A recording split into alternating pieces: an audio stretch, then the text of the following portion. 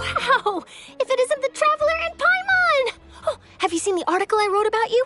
Ha! You've got some nerve! You just used us to make some quick mora! Oh, you needn't worry about that. I heard that you were in Poisson some time back, so I sent you a letter to discuss just that. It appears you didn't receive it, though. It's all right, though. I've set aside the amount intended for you. I've even set the table with some food. Really? Oh, you're the best! You're almost a little too easy to win over, Paimon. If I were a journalist with ulterior motives, you'd be in trouble now, you know. Oh, Paimon knows you're not like that. Still, what brings you here all of a sudden? Were you looking for me? A friend of ours met you a while back, and when she mentioned it, we thought of coming to see you. Her name's Mona. Ah, so you know Miss Mona as well. She's a guest columnist for our paper. Really good one, too. She's so young and already such a brilliant astrologist. So she mentioned me? What did she say? She said that you're a real daredevil of a journalist. Nice. In which case, can this daredevil journalist dare to request an exclusive interview with the legendary Traveler and Paimon? Huh? So your article in the paper today doesn't count? Oh, of course it doesn't. That was more like live photography. What I'd like to do is dive deeper and ask you to talk about the things you've seen and experienced. Yeah, are we even qualified enough? Why not? If I say you're worth an interview, then you're worth it. But not right now, of course. I'll need a few days to prepare. Oh, in that case, we'll just chat when you have the time then? Oh, so that's a yes? Ooh, splendid! I'll tell the editor-in-chief immediately. I'll have to apply for lighting, a venue, some props, and... Whew, so much to get done now. Talk to you later. Wait, Charlotte, Paimon's still got a question for you. And what's that? If, just for example, Fontaine were to be flooded tomorrow, what would you do today? Huh, that's the prophecy you're talking about, isn't it? I mean, I do hear about it often, but I've never once thought that the day could be tomorrow. If you're seriously asking, then I might try and think of a way to leave Fontaine. Oh, but I'm still a journalist first and foremost. That means I have a duty to be reporting from the scene.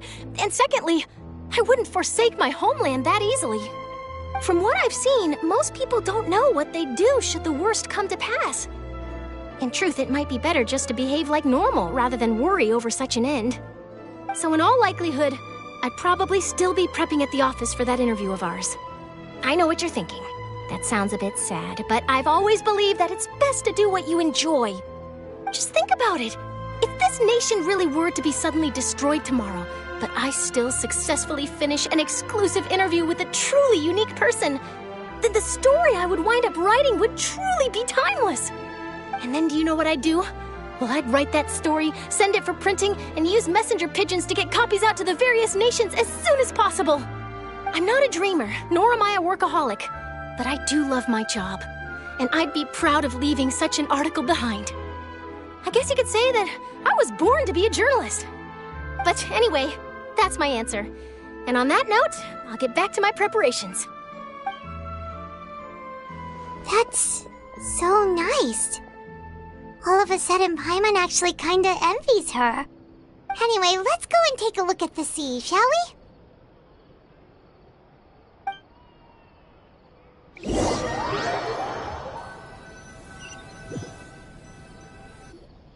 The sea breeze and scenery can be a pretty soothing combo, huh? Paimon's been thinking.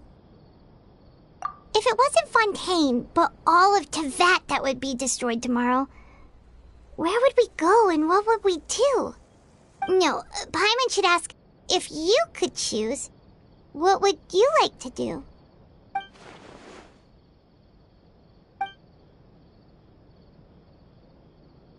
We've always been moving to the next destination, so we haven't spent much time thinking about these kinds of things.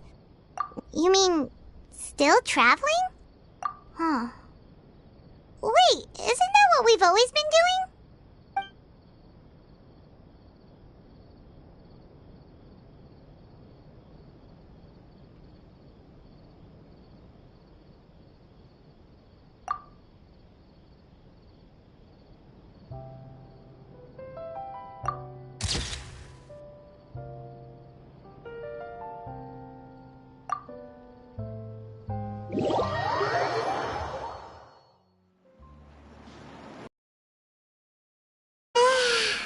Feels like you'll grow mold if you stay here long enough. But it's still better than the Fortress of Mirapede, that's for sure. It's not only damp there, but salty too. Ah, so the two of you are still here. Wonderful. Oh, you're from the Palais Mermonia, aren't you? Yes, I'm Isadora. Monsieur Nervillat sent me to look for you two before. I heard that afterward you went to the Fortress of Meropide. Not at all. I'm well aware that you're friends of his. Actually, I'm here to pass along a message from him. Yes, inside the Opera House. The Maréchaussée Phantom has declared the incident a small-scale riot. A riot? Well, that said, I don't personally think it was that serious. Lady Farina was watching a performance at the Opera House, and while she was resting during an intermission, some other audience members suddenly started harassing her, loudly accusing her of doing nothing about the prophecy crisis. And before she could respond, others started to join in. The crowd continued to grow, and protests against the Hydro Archon started to break out. So people have started to put the blame on Farina. Guess they finally found an outlet for the pressure they've been under due to the prophecy. I agree. People will naturally rely on gods, as is customary. But the moment people feel threatened, gods are also the first to be blamed. So what happened after that? Is Farina okay? Seeing that the situation was spiraling out of control and that further argument was pointless, she claimed that she'd gotten tired of this and left in a hurry. The Maréchaussée Phantom had their hands full maintaining order and did not catch where Lady Farina had gone. Only when things had stabilized did we realize that she had gone missing. So, you mean she's still missing? That's right. The Maréchaussée has dispatched many people to search for her, but we don't have any leads yet. That said, I don't think there's much to worry about. She is a god after all. Even if she were to fall into the hands of rioters, what could ordinary people do to her?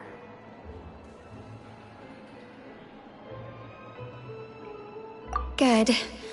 Monsieur Nervillat sent me to tell you about the situation, but he didn't say anything else. Don't worry, this is more than enough to go on. Thanks for keeping us informed. Ah, is that so?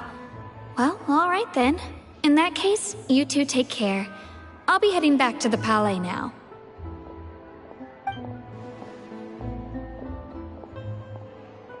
Well, sounds like we should hurry over to Poisson then. If we know Farina, she won't try to fix things in this situation. Instead, she'll look for a place to wait out the heat. And, as we also know, she may be loud and dramatic, but she doesn't have a heart of stone. When Nervillat was talking to her in the Palais Mermonia, and she heard about Poisson, she couldn't hide her sadness and remorse. It would be hard for her to ignore being accused by the public today. Paimon thinks Farina's probably taken the opportunity to slip away to Poisson and try to relieve the sense of guilt that she's feeling. Huh. Well, what do you think? Paimon knows the answer, of course, but Paimon can do the analysis to back it up, too. Cool, huh? In that case, there's not a moment to lose. Poisson, here we come!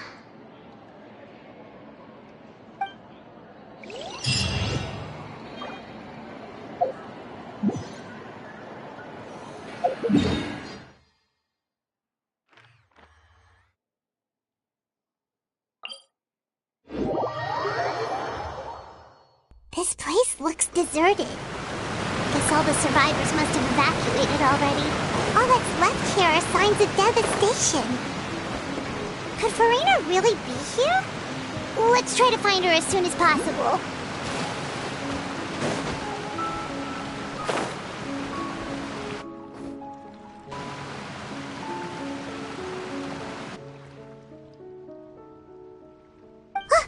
That's Farina, right over there.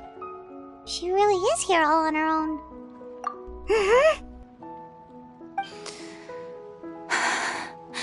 Should I just give up?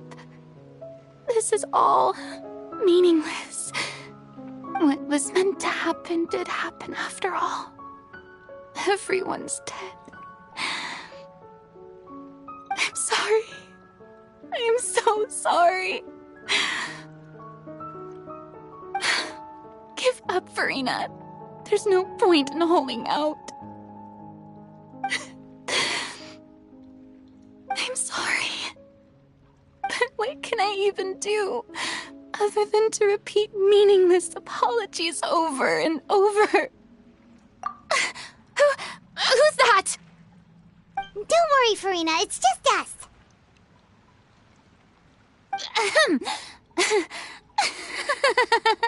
So it is you, blonde traveler from another land. Why, I almost thought you were someone from that mob of my ignorant subjects, come to kneel and beg for my forgiveness. Farina, you were crying just now, weren't you? The tear stains on your face are obvious. What do you mean, tear stains? Oh, I remember. The show at the Opera House earlier this morning was so moving. I'm still trying to process it. Who did that uncivilized rabble think they were, disturbing my enjoyment of the arts? They even dare to tout their Archon. I must teach them a lesson. I can just imagine their twisted and frustrated faces once they realize that I'm nowhere to be found. Oh, and I'm sure Nouvellette and those people from the Marche Chaussee Phantom are freaking out right next to them, too.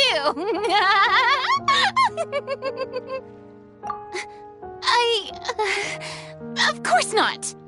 Hey, there she is! The Hydro Archon's over there! Quick, after her! Farina, those people seem to be after you. They are? They're just some rabid fans who want to cut the line because they haven't been able to meet me in person, aren't they? That's against the rules. I can't let them get their way. Farina just ran off! Quick, we have to catch up with her!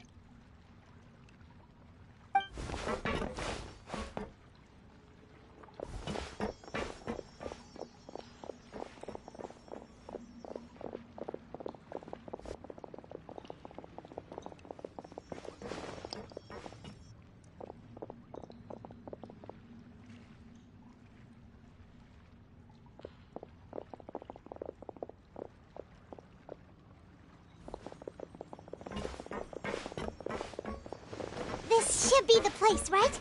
Hey, Farina! There's a good hiding spot over here. Quick, come to Paimon before the rest of them catch up to you. What is this place? Hurry, they're almost here. Fine. I suppose haste is warranted. Lead the way.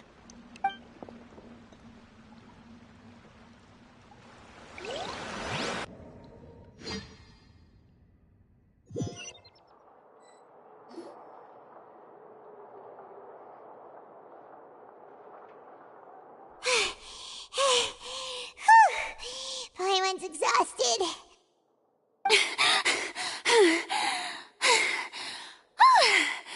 I'm so tired. I totally thought they had caught me. No, I merely gave in to the sheer enthusiasm they displayed. You're right. Yep, that's a good girl.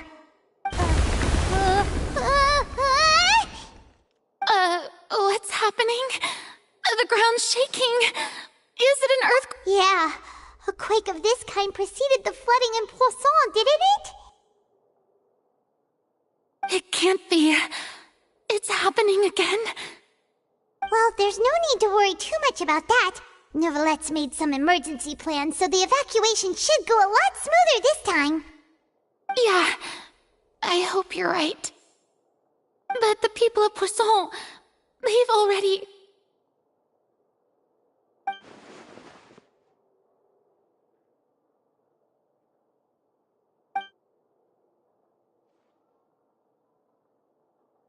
It's true. I've been investigating the prophecy for hundreds of years. I once had informants all over Tevat, searching for clues and feeding information back to me. I've tried all kinds of ways, too, to hold back the sea. Anything to keep the coastline from advancing. But all my efforts proved to be futile in the end. Really, the truth has been clear to me for a very long time. We cannot make an enemy of the divine. No matter what we do, the will of the heavenly principles will have its way, and the prophecy shall be fulfilled. Give up. I do love the sound of that phrase. It would mean finally coming to terms with fate, but also for me to finally be free. Indeed, I've thought about giving up so many times, especially after we almost lost Poisson. Fate is really unreasonable, isn't it? It has no heart and obeys no rules. The prophecy has only just started to come true, and so many people have already lost their lives. But just now, it all became clear to me. I still don't have the right to come to terms with fate on behalf of everyone else. As long as the final moment hasn't come, it's still not too late. Don't worry. I will keep hope alive for everyone until the very end. Well, that's enough for now. I got the impulse to play the stricken maiden, but honestly, considering my rank and station, that wasn't a good fit at all. Don't take any of what I just said seriously. How could I possibly let Fontaine fall to the whims of trivial prophecy? Come on! Paimon could have sworn you were actually being honest just now.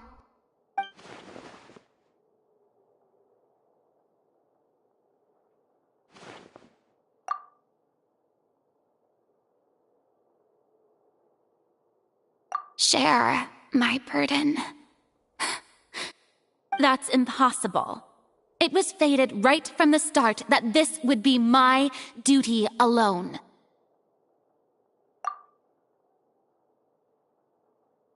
A witness.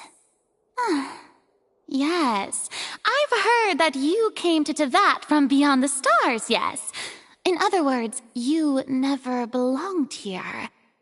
And if Tevat is, in its entirety, a show on a stage, then you're just a spectator, aren't you?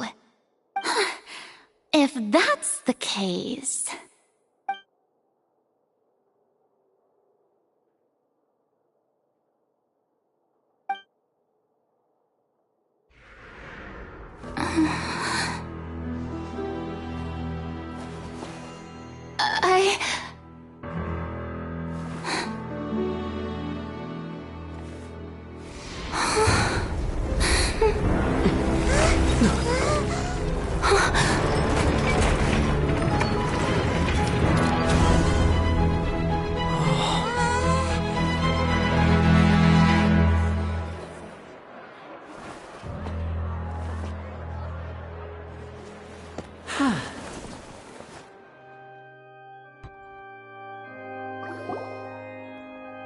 Ladies and gentlemen, this concludes my opening performance. Now, without further ado, we may proceed to the trial of our god. So this is what it is.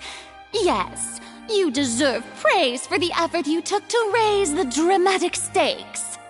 Do not forget, however, that I am Focalor, the god of justice, the embodiment of justice itself. Does it not strike you as even the least bit absurd to bring the very concept of justice to trial? May I interpret these words as your refusal to stand trial? In that case, you will have the opportunity to defend your honor through a duel. You would draw your blade against a god? I see. It seems like you have made up your mind.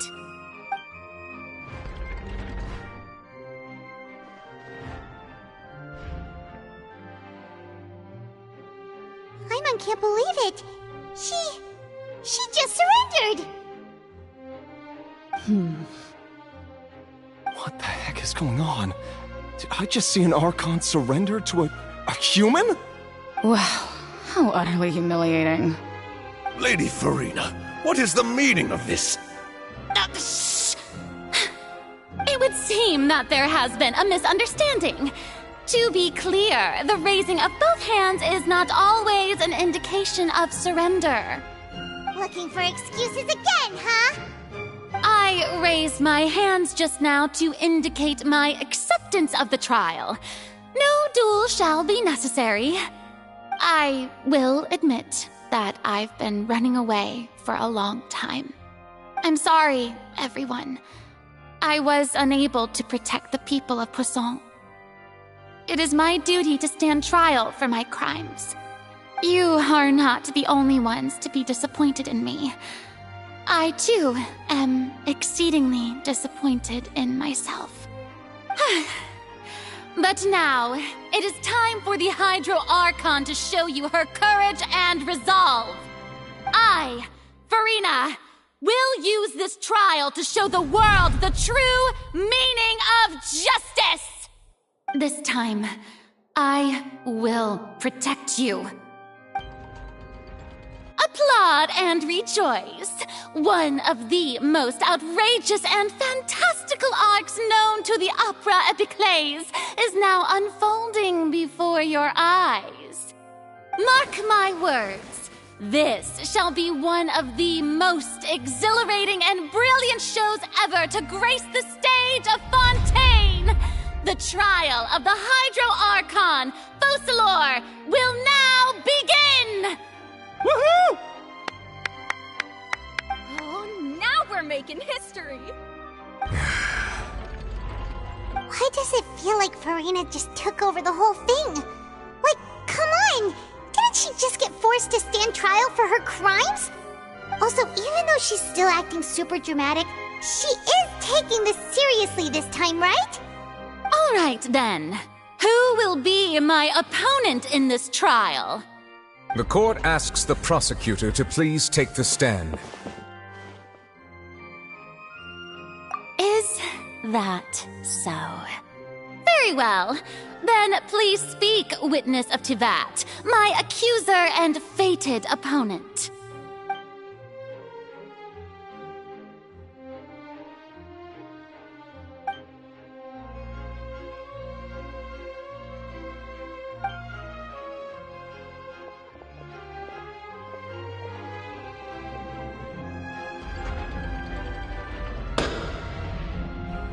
Also, please allow me to ask, as a final question before the trial begins. Just how much work did you do to force me onto this stage? Well, we did do a lot of prep after the meeting that day.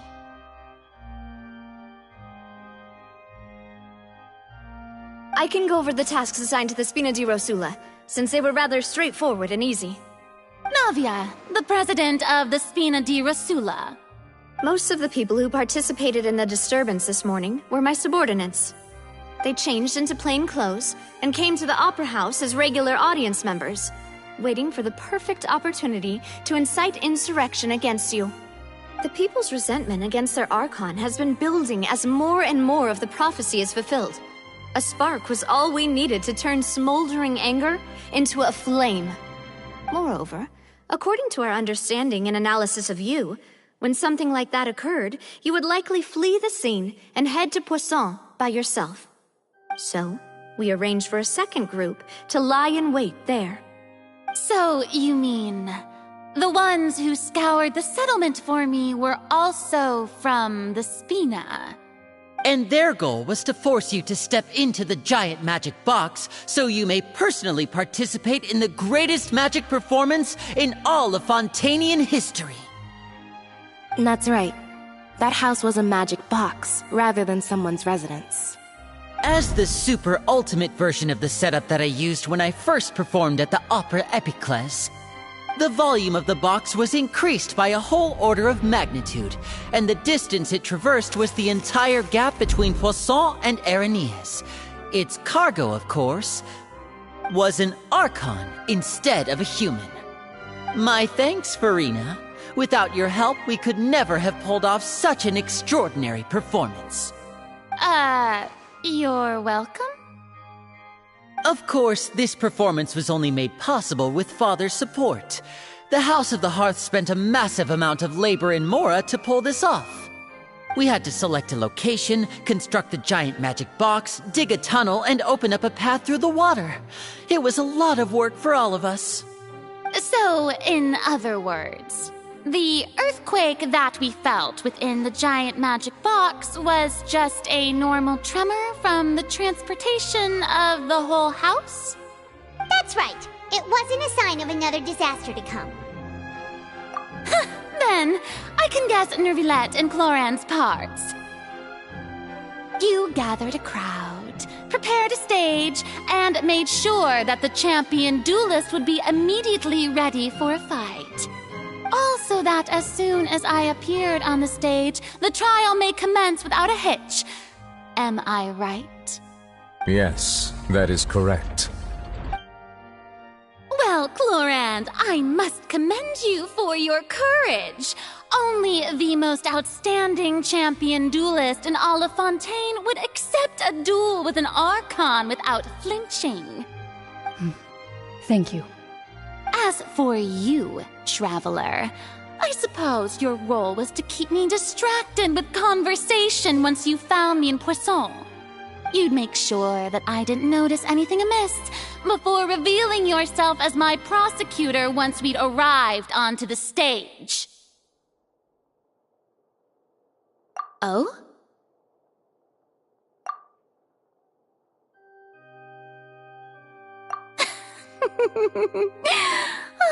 Is that so? Then I suppose I must have missed my final chance. It's fine. It matters not. What's done is done. The stage is already set, so there's no reason to disappoint the audience. Let's see this trial through to the very end.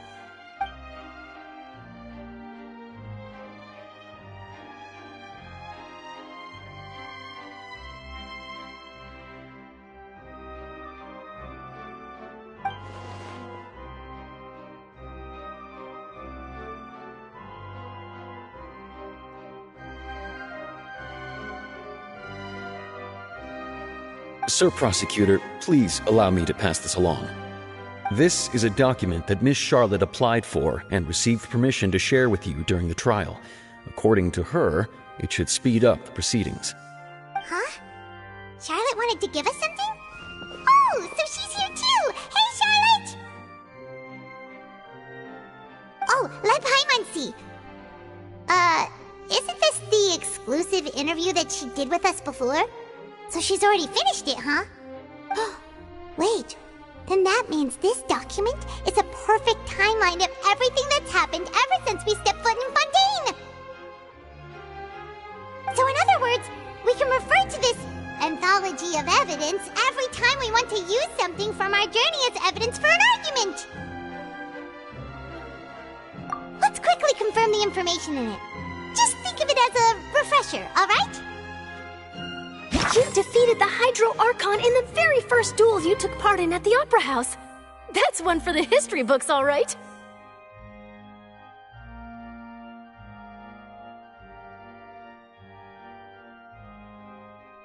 didn't think that you'd wind up getting to the bottom of the case I'd been following all this time. I guess you could also see this as a happy coincidence. This is the first time Monsieur Neuvillette had a difference of opinion with the Oratrice. Even the Hydro Archon can't figure it out. A Fatui Harbinger. She's an extraordinary person. The fortress of Meripede was almost destroyed in a single day. That I didn't witness that scene personally will always be a source of professional regret, I think. According to Monsieur Neuvillette, both Child and that whale should have been in the primordial sea at that time. According to Monsieur Neuvillette, both Child and that... I nearly lost my awesome friend Navia. To be honest, that still gives me shivers.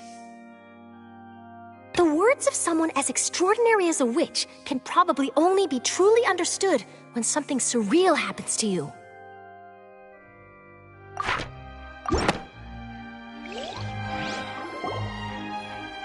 The prosecution and the defense are both in position.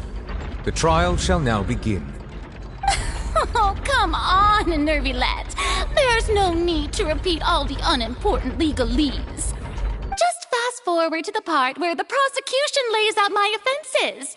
As the defendant and the lead actress of this performance, I still haven't even been informed of my supposed guilt in all of this.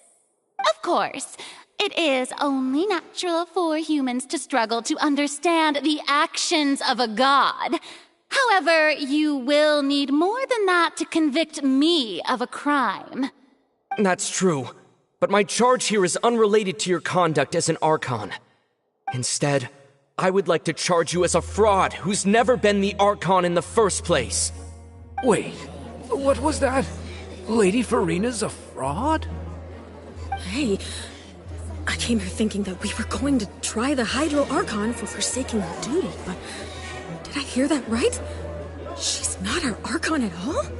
Charge accepted. Lady Farina, do you plead guilty to the charge?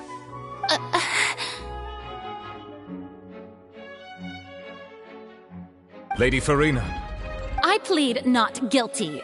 How can I be guilty?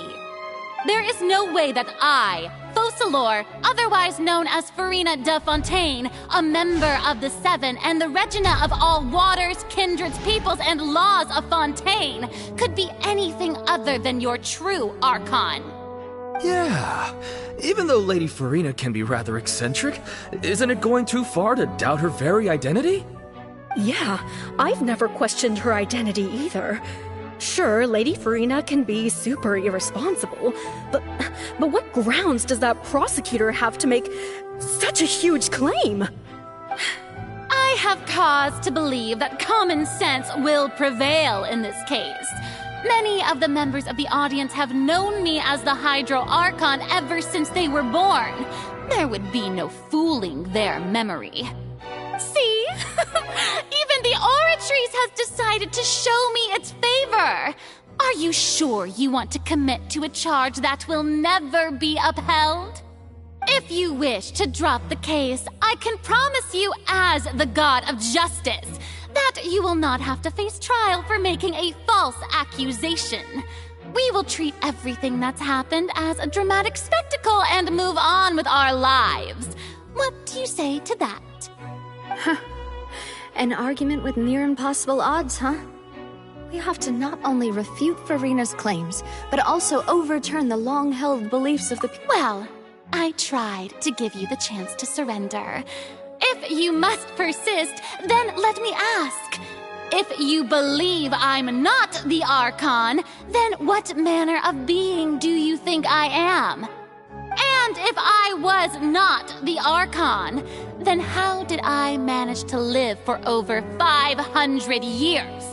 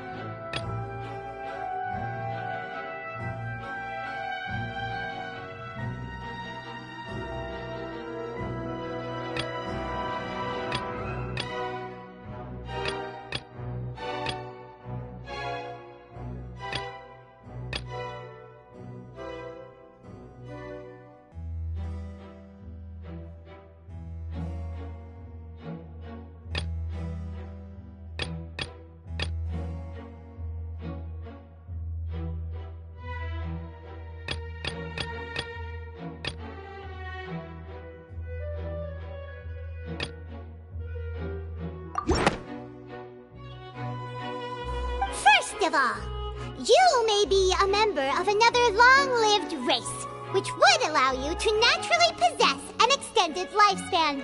And second of all, even if that wasn't the case, there could be other ways to extend your life. Who gave you that idea? Was it the knave? You'd sink so low as to use a harbinger's words against me. A curse? I once thought it possible that the aura of an Archon might naturally resemble a type of curse. But in light of this claim, perhaps what I sensed was not your divinity, but a curse after all. Neuvillette sensed it too, huh?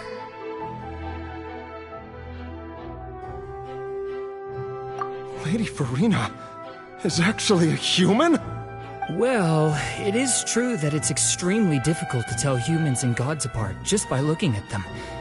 It's not impossible.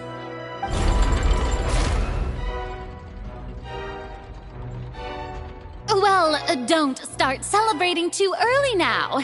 Even if I have been carrying a curse like you said, how does that prove that I am merely a human being?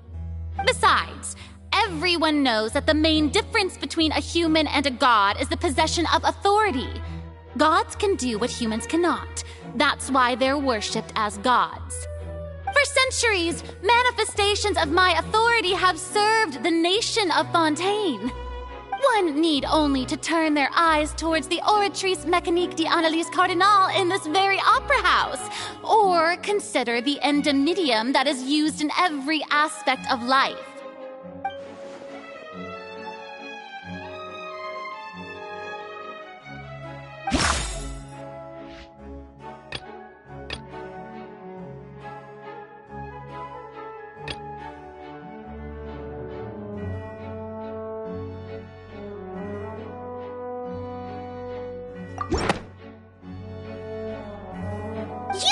To reference the Oratrice.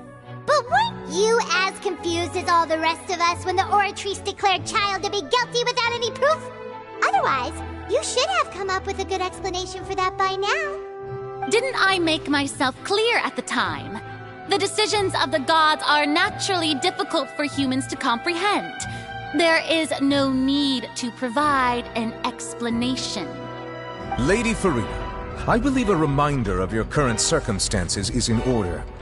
While the court is in session, the principles of justice and the law must come before all else. While you are an Archon, you are also first and foremost the defendant in this trial. You will prove yourself unable to defend against the prosecution's charges if you continue to withhold vital information against the rules of the court. I never thought you'd use that kind of rhetoric against me. That was no trick of rhetoric, Lady Farina. I've merely reiterated the rules of the court. Rules that all should respect and follow.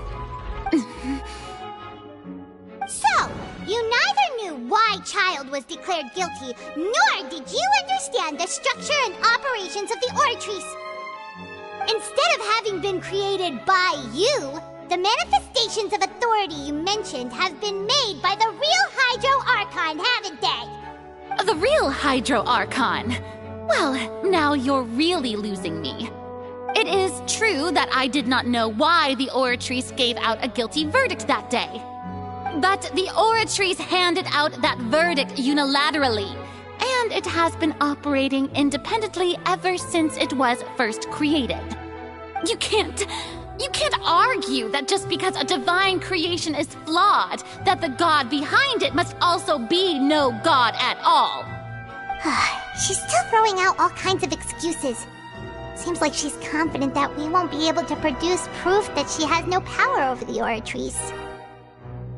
My power as an Archon. There are many ordinary citizens in the audience. The formidable power of an Archon! If that poses a concern, I'm prepared to extend my protection to the audience. You don't need to go that far.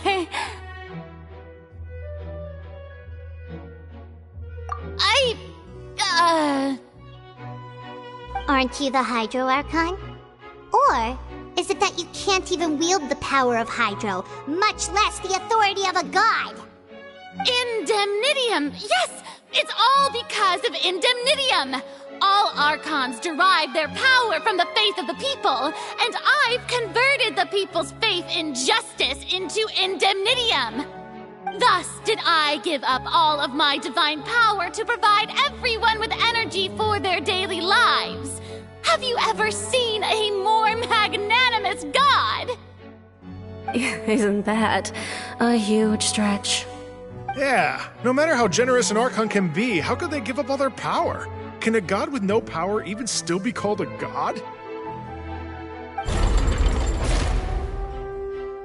It seems like nobody's buying Furina's excuse.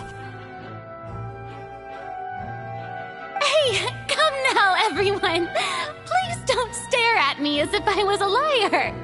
I'm still the same Furina you knew, right? The one that you loved! Shouldn't you want to believe in me? Please? You've got to believe me! If what the prosecutor said is true, she really has committed a grave offense. Did she deceive all of us? And all of our parents and grandparents too? And all of our ancestors? Ever since they were born? Enough! That's enough! Tell me then, if I'm not the real Hydro Archon, then who is?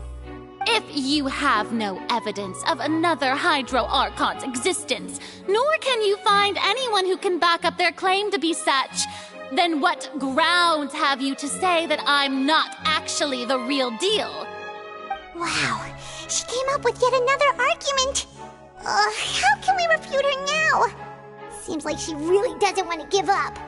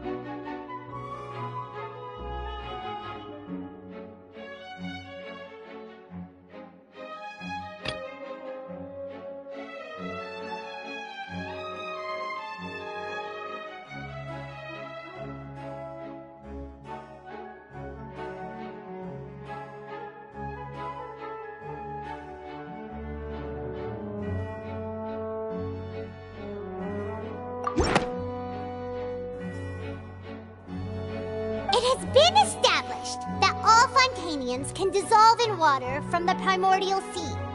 And that means... Since you insist on claiming to be a god and not a human, then there's a method that you can use right here and now to eliminate all suspicions of you being the latter. Miss Navia, please apply to serve as a temporary attorney for the prosecution before addressing the court. Though you act in partnership with the prosecutor, you must still adhere to proper procedure. Super sorry, Monsieur Chief Justice. I swear this really will be the last time that I'll speak out of turn.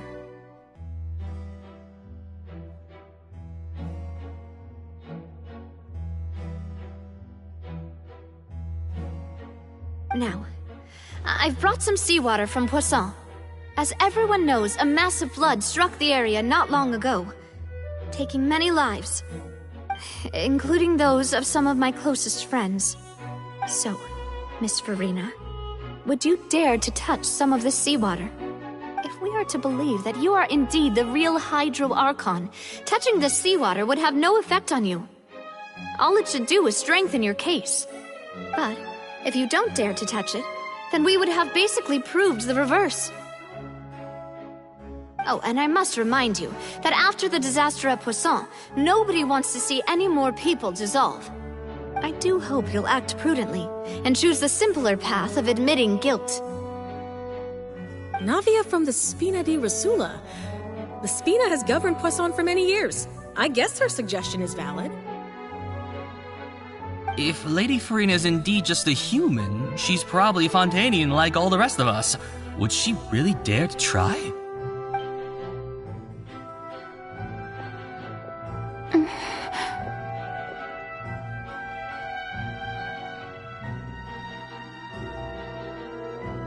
Lady Farina, this test has been unilaterally proposed by the prosecution.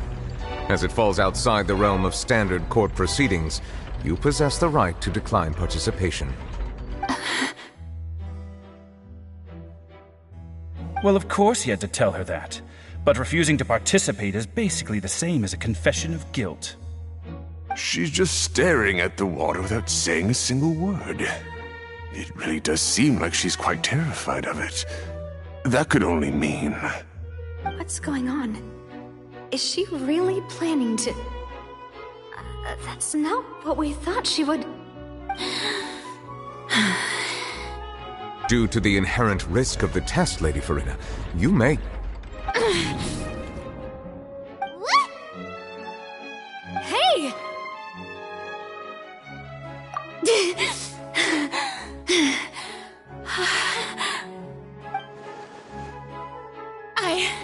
I'm fine! Look at me, everyone! My hand is still here! I haven't been dissolved! Will you believe me now? I really am your Archon! I'm nothing like a normal human who would fall apart as soon as they touch this water! Really, was this not the most obvious thing in the world? Miss Siegewin? If you are present, Miss Siegewin, please come forward and attend to the defendant. Siegewin? Don't be nervous. It'll just take a few seconds. Let me see. That should be enough. Please announce the results of your evaluation to the court, Miss Siegewin. As everyone doubtlessly saw, Miss Farina was displaying symptoms of hyperventilation and flushed skin. These indicate that she was experiencing the adverse effects of exposure to primordial seawater. The extent to which she was affected is the same as other humans when exposed to primordial seawater of a similar concentration. Thank you, Miss Siegewin. Lady Farina, you may return to the defendant's stand. Oh, wait. What did she just say? I didn't get dissolved! Shouldn't that be enough to prove my innocence? Well, considering your tendency to run from your problems, we did originally prepare a direct sample of the seawater around Poisson. However, after extensive discussion, we exchanged it for a sample that is not concentrated enough to dissolve an actual human. After all, on the off chance that something entirely unexpected might occur, we don't want anyone else to lose their life to the sea. Yeah, so out of regard for Farina's life, you secured a low-concentration sample and asked the head nurse to serve as an expert witness. It's a great thing that the direct sample wasn't actually used. Farina could have... I can't believe... You...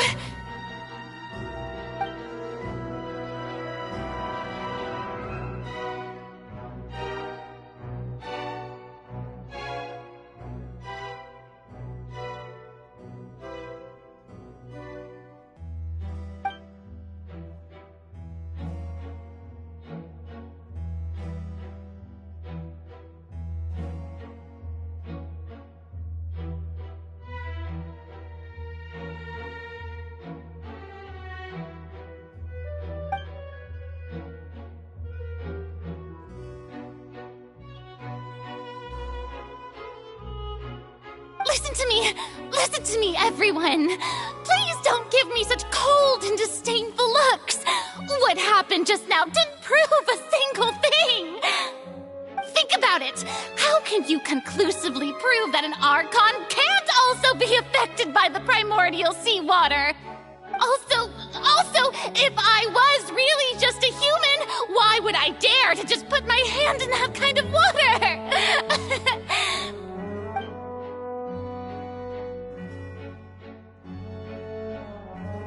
Please, anyone, just listen to me! I swear, I really am your Archon!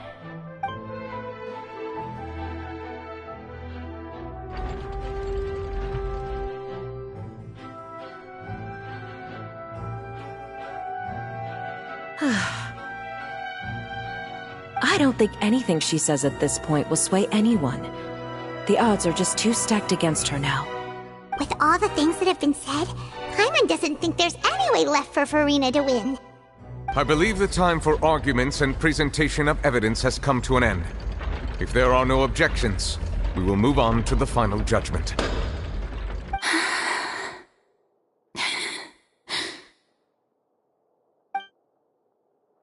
I don't think anything she says at this point will sway anyone. She's too stacked against her now.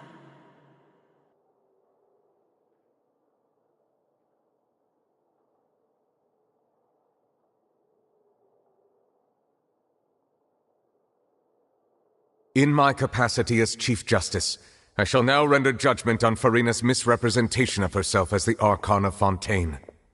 As a human who knowingly deceived her fellow citizens, Furina is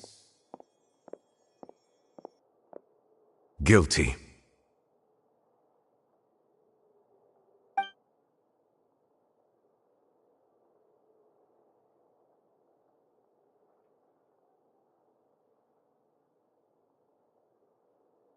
We shall now turn to the Oratrice Mécanique d'Analyse Cardinale to render the final verdict on the charges.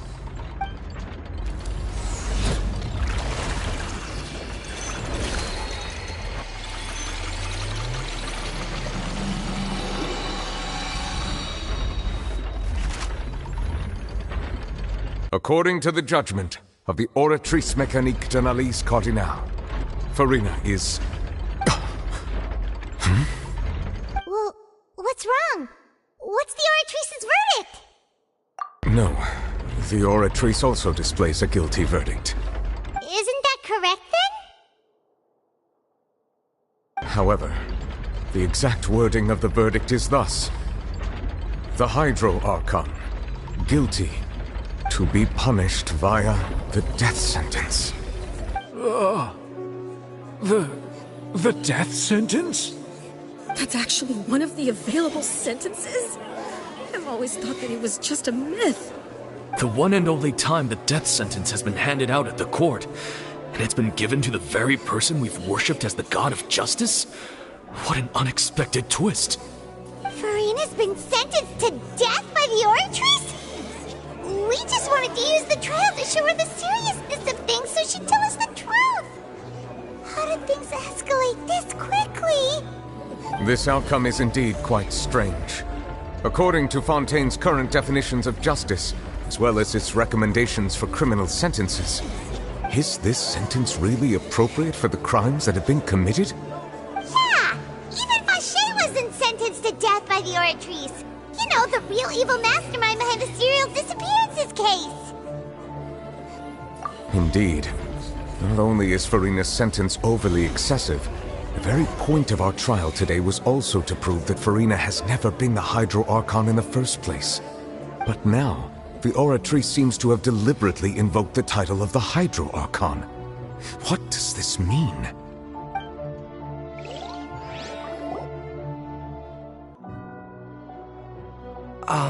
Excuse me, if I may interrupt. Is the trial still going? Fremine! You finally made it. I assume this means you've completed your mission? Mm-hmm. Any mission Father assigns to me will always be top priority.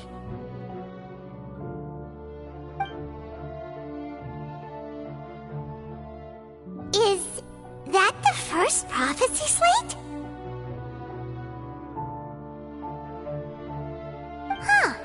So the knave privately arranged for Fremine to try and find the missing slate! I looked everywhere and finally found it at the bottom of the sea. It took me a long time to get around some dangerous stretches of water.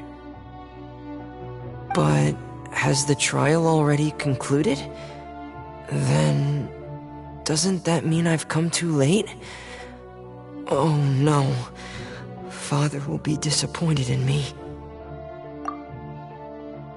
Thank you for your hard work, Mr. Fremine. Please allow me to review the record left on the slate.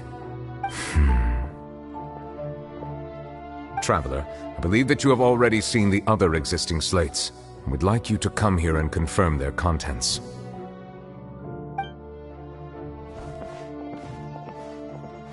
Huh? So what do you see? What is it?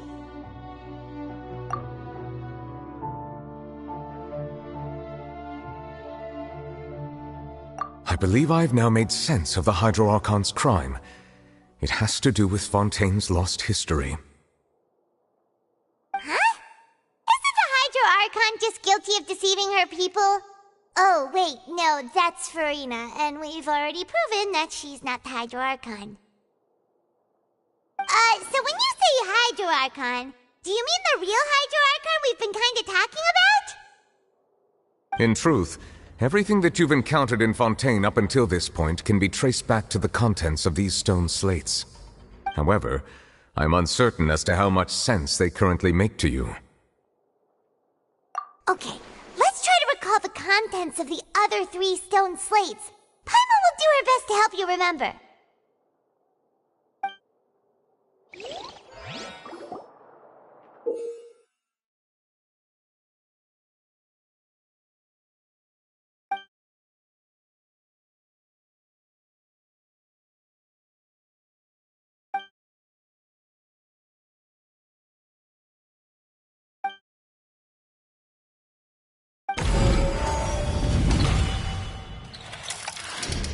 The first stone slate describes what you just said.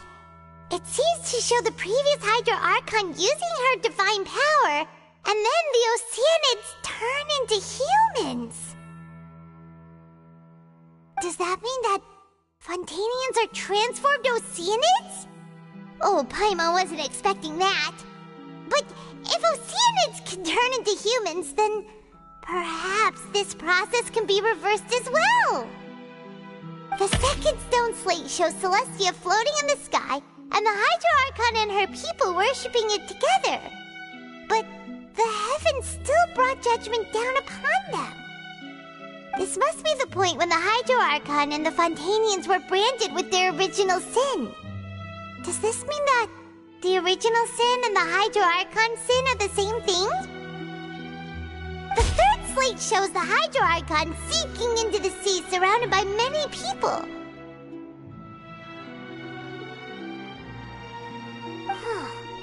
That reminds Paimon, didn't we also watch that happen to someone else? Well, the fourth slate is the prophecy the Fontanians have been talking about. People dissolving into the sea, the Hydro Archon crying on her throne, and so on. We didn't believe that such a crazy disaster could happen at first, did we? But after that incident, it was just a question of when and not if.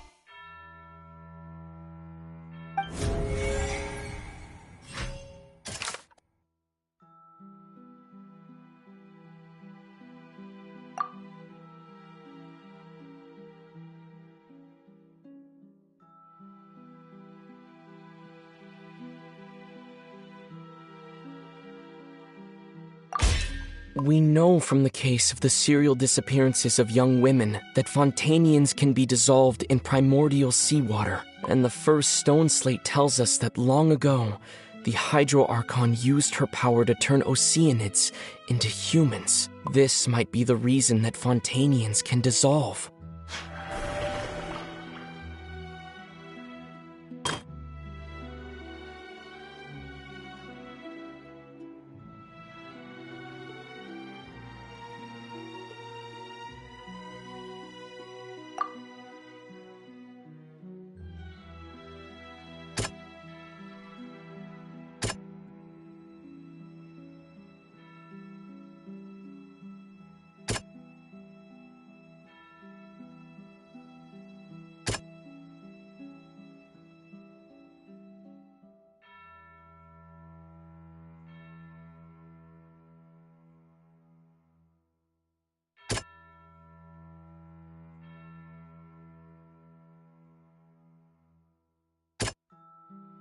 That doesn't sound quite...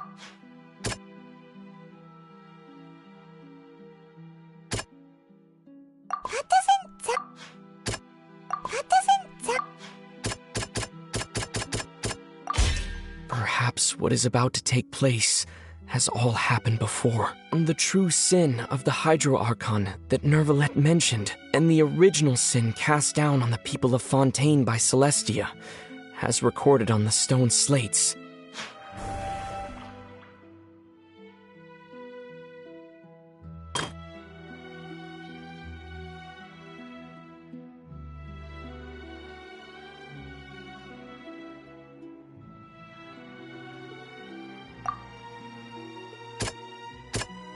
That doesn't sound quite...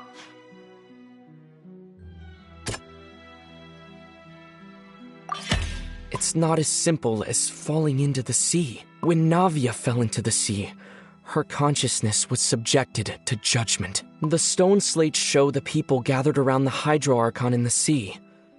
Could that be alluding to the same thing?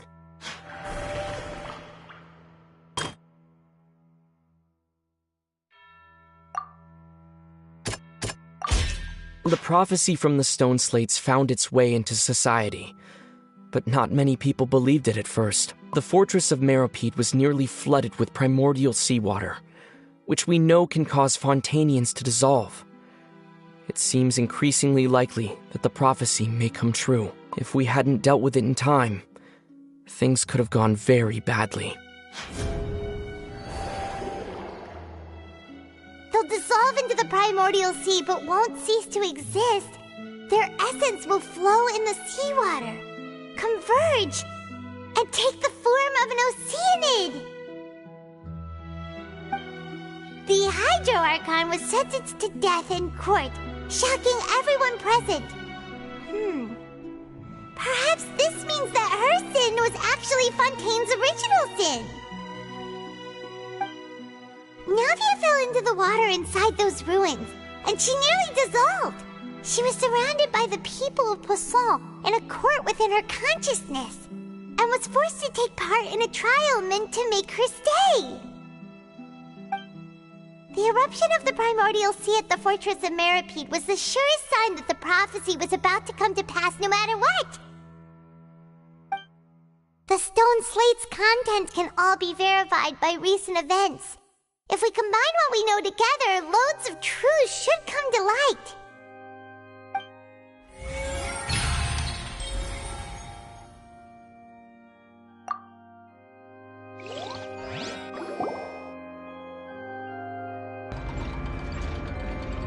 Huh?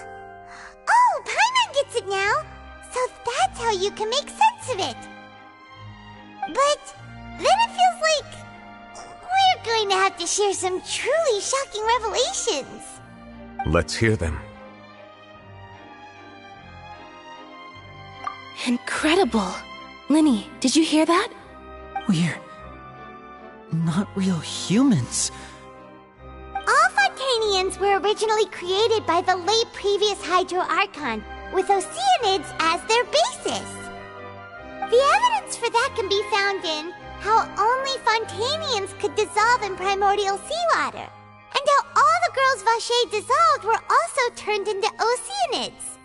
Oh, and according to Navia, when she was about to get dissolved, she also saw everyone gathered around for a trial, all of them in the shape of Oceanids.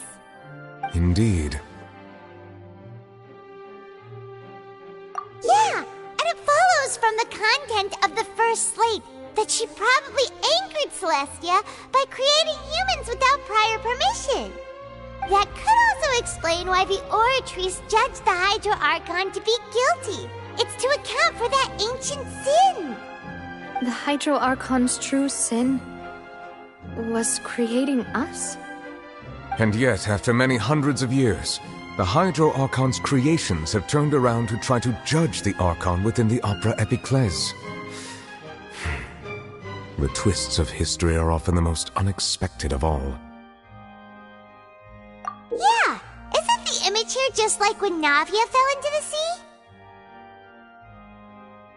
So wouldn't it be trying to to show the image of the Hydro Archon also falling into the sea once the prophecy has been fulfilled in the fourth slate? In the end, the people will all be dissolved into the waters, and only the Hydro Archon will remain weeping on her throne. Only then will the sins of the people of Fontaine be washed away. Did Paimon get all that right? You've made some keen deductions. I must say, given how much you still don't know, it is impressive that you've already managed to connect so many pieces of the truth. However, while you were able to decode all the information on the slates, they've also been etched with an additional layer of hidden information using a different power source. When we were at the ruins, I tried to decipher the hidden information recorded in the slates. But since we only had 3 slates at the time, I was unable to come to a full conclusion. Now that the slate collection is complete, I shall make another attempt to decipher the narrative recorded within. If everything goes well, we should finally be informed of the unadulterated truth.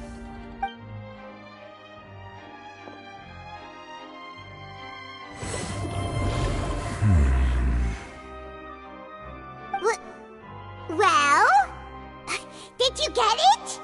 I believe I should share this truth not only with you, but with all the people of Fontaine as well. I will try to briefly summarize it for you.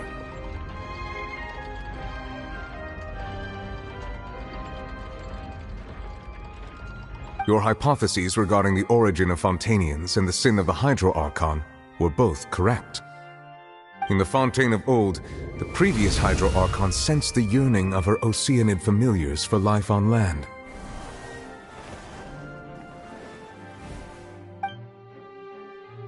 The Oceanids were enamored with the beauty and romanticism of human beings, and wishing to have those experiences for themselves, expressed to the Hydro Archon their desire to become of a similar kind. However, even though water as an element is intricately linked with the power of life, the Hydro Archon, as one of the 7, did not possess the authority to create a new form of human life. Not one to give in, she eventually found a way to create permanent humanoid bodies for her familiars by appropriating the power of this planet's primordial sea. She poured primordial seawater into the Oceanids' blood vessels, creating humanoid mimics in the process. But if Fontainians were to ever come into direct contact with water from the primordial sea, the power within their bodies would escape these artificial restraints and return to the sea. As a result, their forms would collapse, and they would be reverted to their original forms as Oceanids. Of course, the Hydro Archon never received permission from the heavenly principles to create a new human race. And thus, the Hydro Archon and all of her creations came to shoulder the original sin of appropriating the power of the primordial sea. That is the true history of how the people of Fontaine first came into being.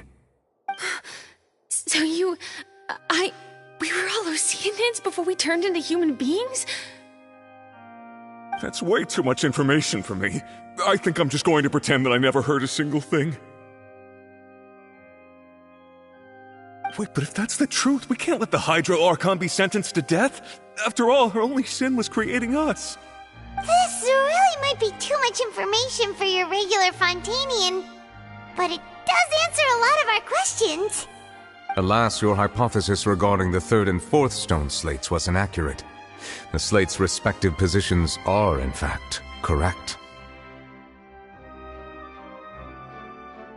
A key point of the visual on the 3rd slate is how all the individuals depicted in the water are humans rather than Oceanids. They have not been dissolved, which implies that the water depicted in this slate is not water from the primordial sea.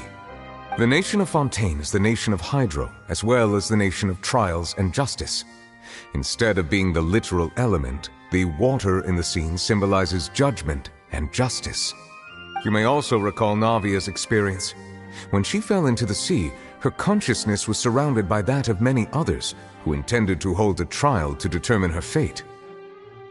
Therefore, the meaning of the 3rd slate is that the people of Fontaine shall try the Hydro Archon at the court of justice. Yes, it refers to our present situation. I think I'm following now. So, what you're saying is, even though we decided to put on this trial to avoid fulfilling the prophecy, in truth, everything we've done has happened exactly as the prophecy foretold. So now, it seems, we're the ones making sure it comes true. What should we do? Huh. No matter what, the prophecy will be fulfilled. Is this what it feels like to be a prisoner of fate? If that's the case, does that mean the scene in the fourth slate will also be fulfilled soon? Traveler, I would like to point out another small fallacy in your deductions. About the fourth slate, you probably thought that the eruption of primordial seawater beneath the fortress of Meripede served as the surest sign that the prophecy was about to come to pass, yes? However, I believe that rather than being a sure sign, that eruption could in fact only be a small warning of something far worse to come. As for the root cause of the catastrophe, I believe you've already encountered it once before.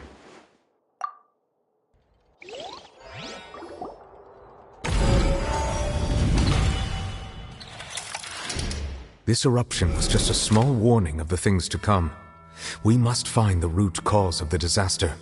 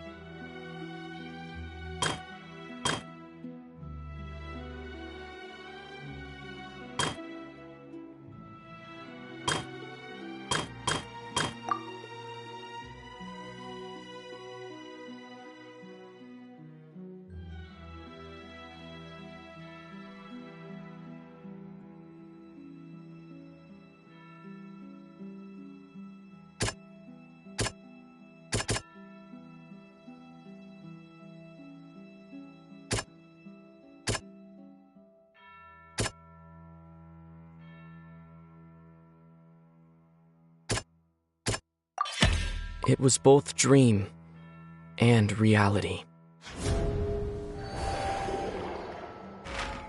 If we're talking about a true culprit, that could only be that thing inside the primordial sea, right? The truth, the original sin, the trial, and the root cause of the disaster.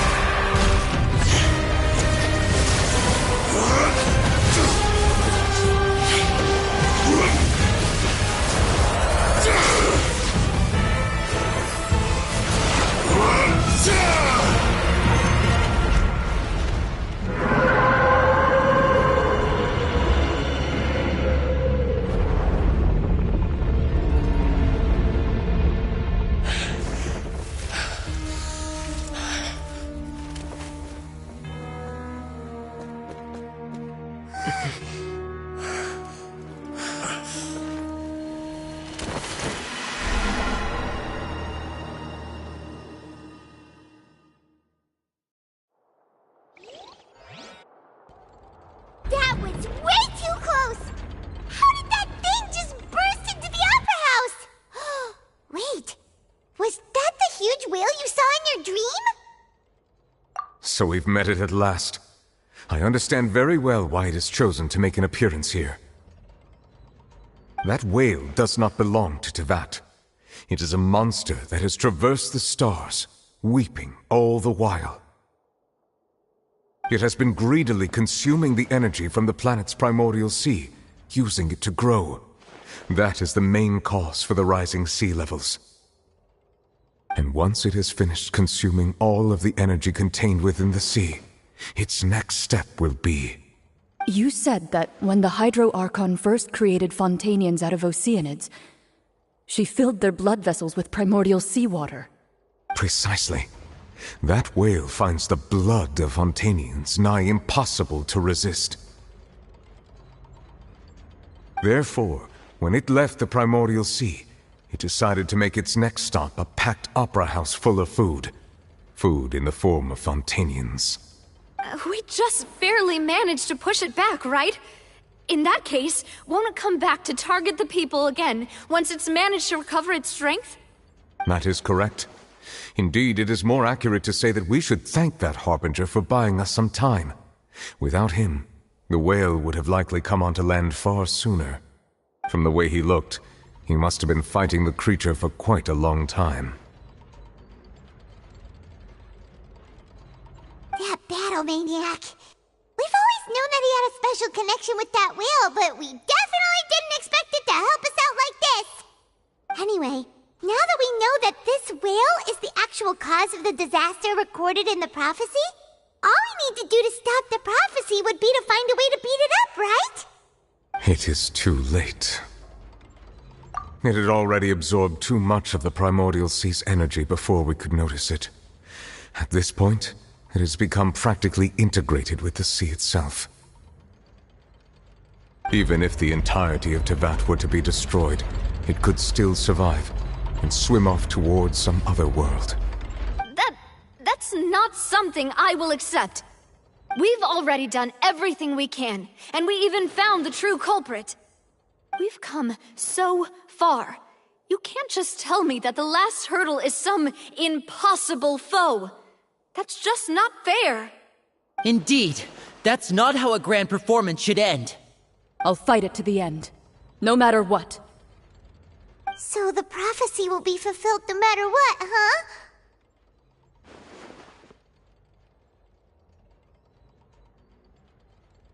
The prophecy. Yes, what has been prophesied will be fulfilled. You may view such things as the history of the future.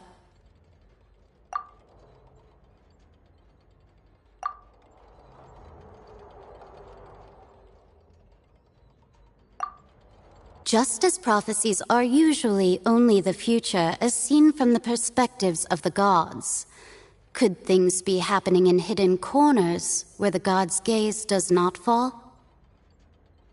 Ultimately, fate shall serve as your only guide, no matter what will happen in Tevat's future.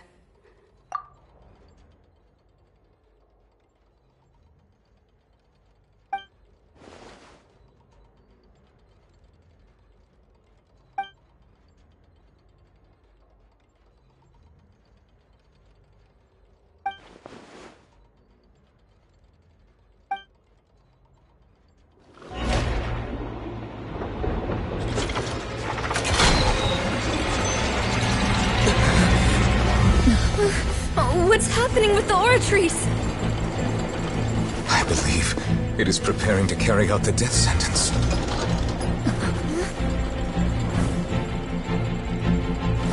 Farina!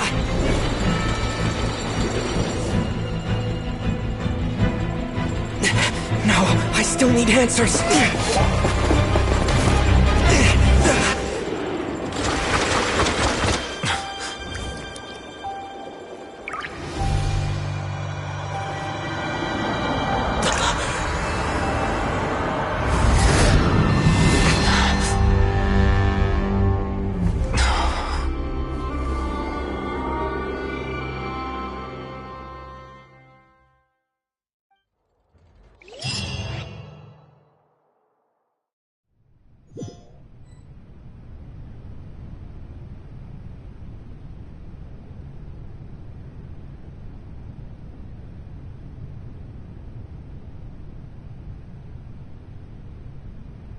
You...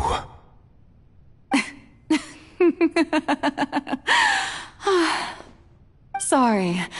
That shocked expression on your face is just too amusing. I couldn't help myself. You are not Farina. Who are you? The sweet sound of bewilderment. Marvelous. A sure sign that my attempt to deceive everyone was a resounding success. But to answer your question, I am Focalor. You know, the god. Focalor? Why did you deceive us? Oh, that wasn't my goal, of course. Goodness, no. But I had to fool everyone else too, if I was to stand any chance of deceiving the heavenly principles. Deceiving the heavenly principles? It's all because of that pernicious prophecy. Dreadful, wasn't it? Everyone doomed to dissolve. Fontaine condemned to be flooded. One was not amused. In fact, one was positively bemused when that problem was thrust upon me by my dearest predecessor. That's the former Hydro Archon Egeria, for the uninitiated. It hardly gets more disastrous than a preordained national catastrophe, now does it? She knew full well that the prophecy would surely come to pass. And as one of the seven, she also knew full well that one defies the heavenly principles at one's peril. So yes, as you have no doubt surmised, it was a rather impossible situation that I found myself in.